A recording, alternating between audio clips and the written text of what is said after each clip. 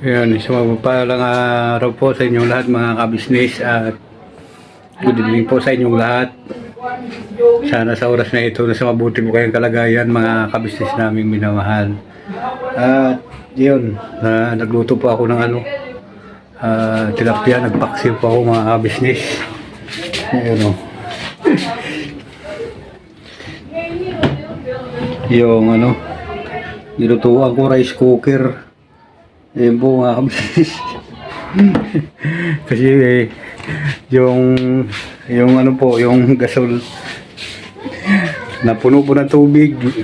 Umapaw po yung tubig dito mga kabisnes galing sa sa kanal. Kaya walang tao. Ayun, napasok siguro kaya ayaw sumindi. Kaya dito na lang ako nagluto yung mga kabisnes. Galing sa trabaho mga kabisnes. So, ito. Tapos ito luto kong paksiw. Tapos ito, yan, soft drinks. Tapos ito, pineapple, tubig, yan po, no? Tapos ito, tsaka, ito po yung kasain ko lang mga business, oh. Gusto ko sana ngayon magpasok, ano po mga business. Kaso lang, parang hindi kaya, sobrang sama ng pakiramdam. Kaya siguro, pang umaga na lang siguro mga business kasi hindi ko kayang pang gabi talagang diretso ang ang pasok po. Tensya na ko kayo mga business kasi hindi ako nakapag-upload ng madalas at hindi po ako nakapunta sa kanila ni Kuya ka-business kasi sobrang busy sa work. Kaya nga po ng mga ka-business, balik tayo. Mainano natin yung mga bata kasi sobrang ingay, mga ka-business. Sobrang sobrang sama ng pakiramdam ko, mga ka-business. Pinipilit ko lang. Kaya sana, panggabi yung duty. Kaso lang, hindi na po siguro ko matuloy mga ka-business. Kaya kinain ko na lang yung, yung babaunin ko ngayon. Ayun, yung bago kong sinaing. At siguro, pilitin ko na lang bukas na pang umaga. Kaya kainin ko na lang ito. Tapos pahinga na lang siguro po muna mga ka-business para matanggal yung karamdaman na masama. Ayan. At saya wala rin kakain dito mga ka-business at hindi ko rin matakontak si tatay kasi pumunta po ako dito dahil yung mga damit ko po mga ka-business, kumuha po ako ng mga damit. Pagdating ko dito nakaidip ako ng kaunti. Yun, pagising ko nagsayang ako, hindi ko nga naramdaman na umulan na sobrang lakas ng ulan. Tapos lumutang na pala yung kalan ko kaya hindi ko nakapag dito na ako sa rice cooker nagsayang po mga kabisnes. Sobrang talaga parang hindi na kaya ng katawan, sobrang pagod sa trabaho. Ultimo sa parang napapagod na rin ako mga kabisnes pagka sa pagsalita. Talagang na. Pasensya na po kayo mga kabisnes kasi pero pipilitin ko po kumaya mga kabisnes, pupunta po kasi ng tatay para sa ganun po madala ko po itong pagkain sa kanya. Kasi sayang po hindi rin ito maubos mga kabisnes kasi meron pa naman akong niluto doon na tilapia, meron pang dadalhin ko rin po sa kanya mga kabisnes para hindi ko po alam kung nakakain siya kasi pag-uwi ko po nung malas na siya ako umuwi dito ng hapon kasi linggo po ngayon mga business kaya medyo umaga akong umuwi. Tapos bukas i-try ko na pumasok, kausapin ko yung kasama ko na maaga ko rin siya palitan mamaya mga alas 4 din ng maga, madaling araw. Yun, pabayag mo siya mga business. Para kung hindi, panggabi pa rin ako, Lunes na gabi yung duty. Tsaga-tsaga lang po mga business kasi gusto ko naman sana mag-scout ngayong gabi. Kaso lang, ayun nga po mga business na may time na nahiya. Nahiya tayo dun sa mga in-scout kasi wala tayong pangbigay. Yun nga po. Yun ang kalat ko na nandito mga kabisnes. Ako, kung napabayaan na itong bahay, wala akong nakatira, ano po. Kaya yung boses ko parang parang hinahabol ko na lang yata yung hininga ko. Hindi ko alam kung ano mga nangyayari sa akin dito. Sobrang lungkot ng buhay. Ganito pala pagka wala kang anak na maasahan, ano po. Kaya kailangan magkakaroon ng mga kabisnes. Yun. Kahit sa pagkain mo, malungkot. Kasi mag-iisa ka lang. Yun. Ayun, kain tayo mga kabisnes. At yun, lapag natin dito.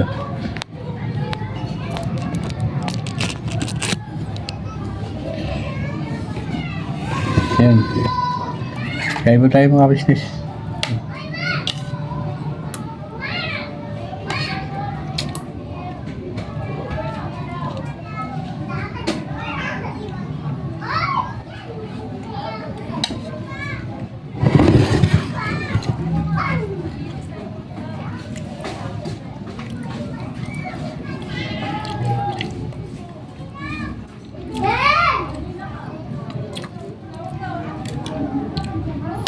Tatay kahapon nandun po siya, sinaingan ko muna yun bago ko umuwi dito.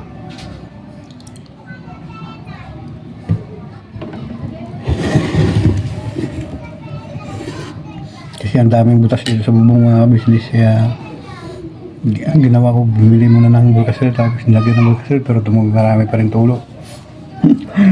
Ano po mga business.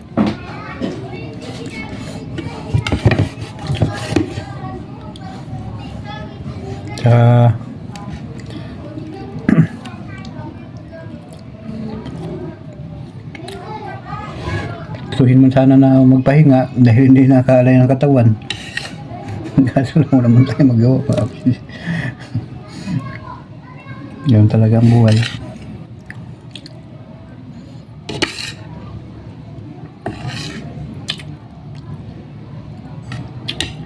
Pero mga business, wala siyang kasama doon. At ayoko din naman na kung anong mangyari sa kanya mga business. Nahawa rin ako sa kanya kasi yung paa niya kapag may pera po ako, kaya nagsisikap rin po ako na makapag-ipon, lalo na sa dahil yung bukol sa paa ni tatay, po mga business, gusto ko rin ipatanggal yun dahil nahirapan na rin talaga yung tanda, po mga business. Nag-iingka-ingka na sa paglakad, tapos yung kanyang pagkain parang 4 na kutsara na lang. Hindi ko alam bakit gano'n, pero sabi niya malakas pa naman daw siya, Grabe sa atay talaga mga business. At siyempre sa akin naman, ayaw ko din man na habang mayroon pa akong lakas na gagawa ng paraan para mabuhay kami ni tatay, mga business. Ayun, buti nga kamo yung mga nakaraan na hindi pa po ako nakapagtrabaho mga ka-business. Yung pa extra pa lang ako ng pag-tricycle sa gabi. May binigay si kuya, ate, yung pag-birthday pa ni tatay, yung bigas na 1 sako, po mga business. Maraming salamat dun sa sponsor na nagbigay kay tatay ng 1 sakong bigas. Siyempre dahil po sa kay kuya, ate, yung ka-business, yung karating yung bigas sa bahay, dahil sa awa ng tulong ng ating Panginoon. Sila po yung ginawang kasangkapan ng ating Panginoon na makarating po sa bahay. At saka yung mga kapatid kong kagwang, maraming salamat sa inyo sa pagpunta. Yung kay Bira, yung kay Junjun, Papaya, ayun po ng mga ka-business, kay Tulbogi, yun at parang mga ka-business, parang bubagsak na yata ako. Hindi ko nahihilo talaga ako ng mga ka-business. At siguro mga kababi, mga ka-business, pasensya nyo na kuli kasi hindi ako nakapunta sa ka-business house. Maraming nagme-message na bakit hindi ako nakakapunta sa ka-business official. Yun nga po, sobrang busy mga ka-business dahil una-una po kailangan ko talaga dahil nangailangan din ng pera yung anak ko doon sa operasyon sa kanya. Tapos wala rin, kaya kailangan ko talaga magtrabaho, mag-isip para makapagsahod, makabigay ng tulong po mga ka-business. Lalo na sa mga kailangan namin ni tatay araw-araw po. Kaya kasi yung sa itong channel po mga ka-business, baka sa sunod na buwan pa. At hindi po talaga kaya na po mga business na hindi magtrabaho kasi wala na po kami kainin tatay po. Ayan, kaya ngayon mamaya pagka kinaya ko na po maki-extra muna ako sa pagbiyahe para mayroon kinabukasan na makain po. So hanggang dito na lang po siguro to mga ka-business, ang simpleng vlog ko na to, at sana naintindihan nyo po si Kuya Damudag na marami pong may problema po mga business. So maraming salamat sa inyong tulong at suporta sa business official. At sandali na po mga business, babalikan ko po kayo. Kaya nga po mga business, balik tayo. Pasensya na po kayo kasi yun po muna mga business kasi mayroon nag-aaway na mag-amo. Po mga ka-business, nagtatakbuhan sila. Kasi yung isa, bago pa lang matuto maglibor, magmason. Tapos yung isa naman, talagang skill, yung foreman. Kaso lang, sabi nung, bago pa lang nagmamason, ni-layout mo nga, sabi. Lasing na po kasi mga ka-business, nakatuhumay. Ni-layout mo nga, sabi ganyan. Oo, nandun na lahat. Binigay mo na. Karapatan ko bilang isang mason. Kaso lang, hindi naman namin alam kung paano ang patakbuhin. Alam namin yung pagpapahid, pero yung pagpatakbo ng trabaho, hindi namin alam. Bakit mo kami pinabayaan? Kaya nakadasira po mga business. Kaya ang hirap po pala talaga po mga ka-business kasi kung halimbawa na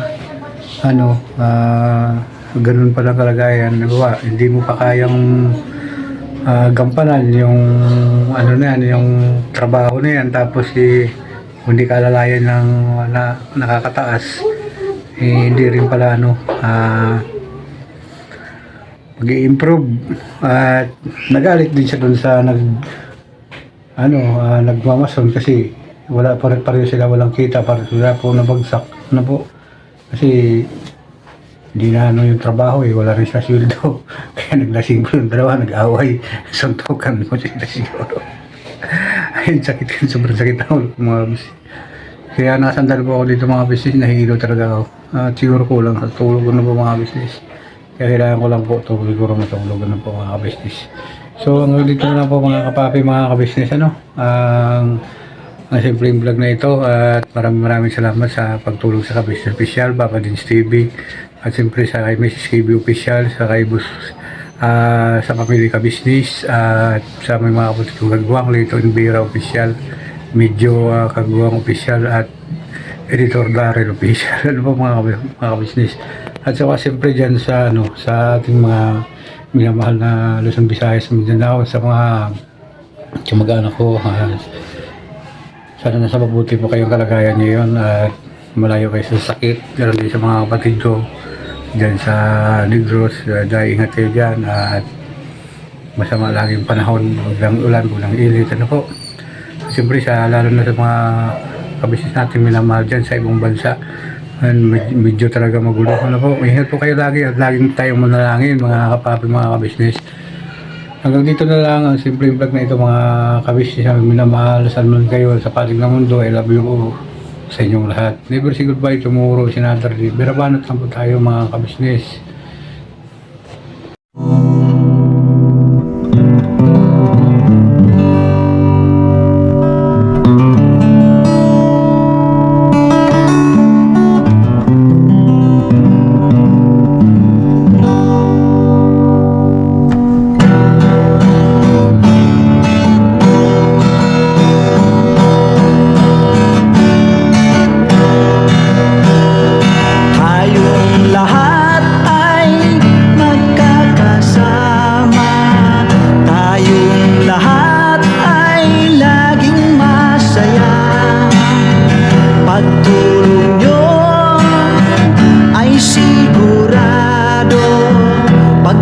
mayroon kayo heart of gold.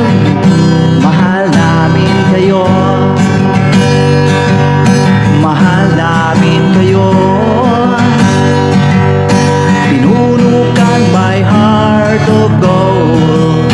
Mahal namin kayo, mahal namin kayo.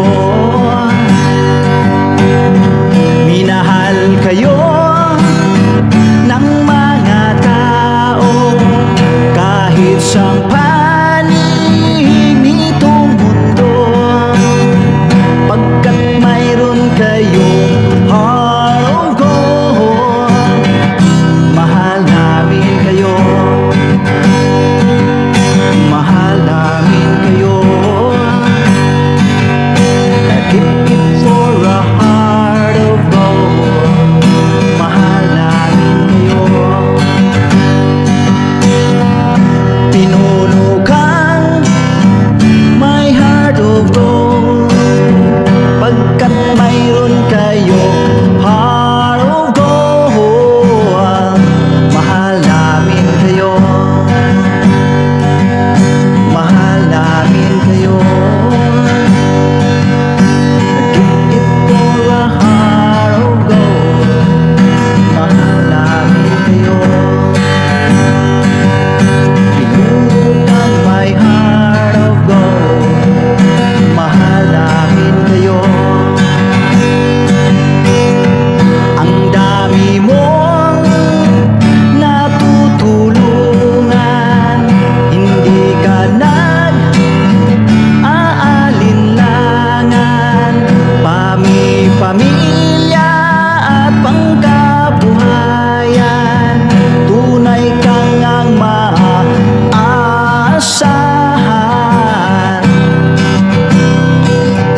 Mahal namin kayo.